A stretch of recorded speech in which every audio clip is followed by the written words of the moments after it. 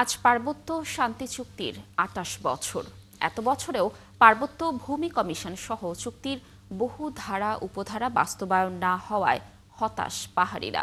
তারা আরও জানান, বর্তমান অন্তর্বর্তীকালীন সরকারেরও চুক্তি নিয়ে কোনো ভূমিকা নেই। আর বাঙালি জনগোষ্ঠীর দাবি, পার্বত্য চুক্তির মাধ্যমে তাদের তৃতীয় শ্রেণীর নাগরিক বানানো হয়েছিল। রূপায়ণ তালুকদারের তথ্য ছবিতে প্রতিবেদন।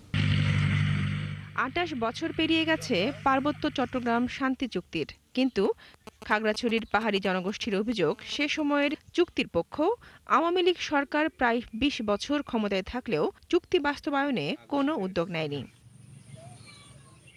৫ই আগস্টের পর পার্বত্যবাসীরা আশা করেছিলেন অন্তর্বর্তীকালীন সরকার চুক্তি বাস্তবায়ন নিয়ে কাজ করবে, কিন্তু এবারও সেই আশা পূরণ না হওয়ায় তারা হতাশ।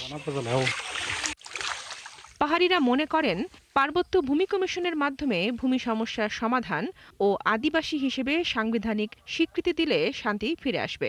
এখন তারা অপেক্ষায় আছেন নতুন সরকার ক্ষমতায় এসে তাদের জন্য চুক্তির পূর্ণাঙ্গ বাস্তবায়ন করবে।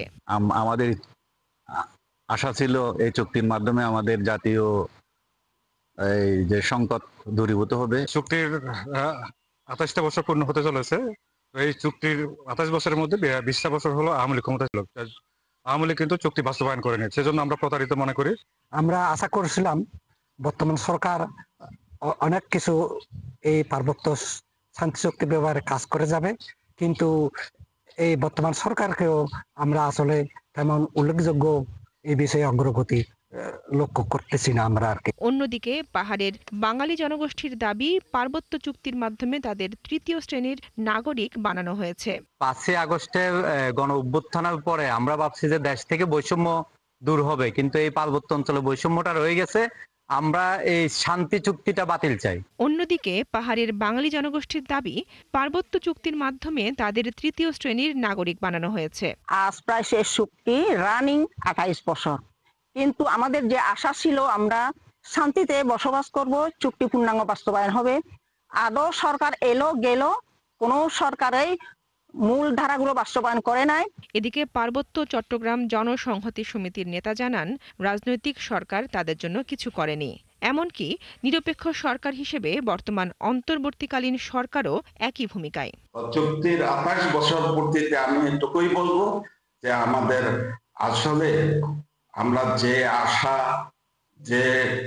যে ভরসা নিয়ে চুক্তি করেছিলাম, ২৮ বছরে তার অনেকটা বিপরীত চিত্র। অধিকার প্রশ্নে প্রায় ২ যুগের বেশি পার্বত্য চট্টগ্রামে চলেছে সশস্ত্র সংগ্রাম। এতে অসংখ্য পাহাড়ি ও বাঙালি ক্ষতির মুখে পড়েন। পরে ১৯৯৭ সালের ২রা ডিসেম্বর শান্তি প্রতিষ্ঠায় পার্বত্য শান্তি চুক্তি সই হয়। বনশ্রী হালদার, ৭১। ২৮ বছরেও চুক্তির পূর্ণাঙ্গ বাস্তবায়ন না হওয়ায় রাঙামাটির পাহাড়ে বসবাসরত মানুষদের মধ্যেও রয়েছে হতাশা আর ক্ষোভ। হানাহানি আর সংঘাতে পার্বত্য অঞ্চল এখনও অশান্ত।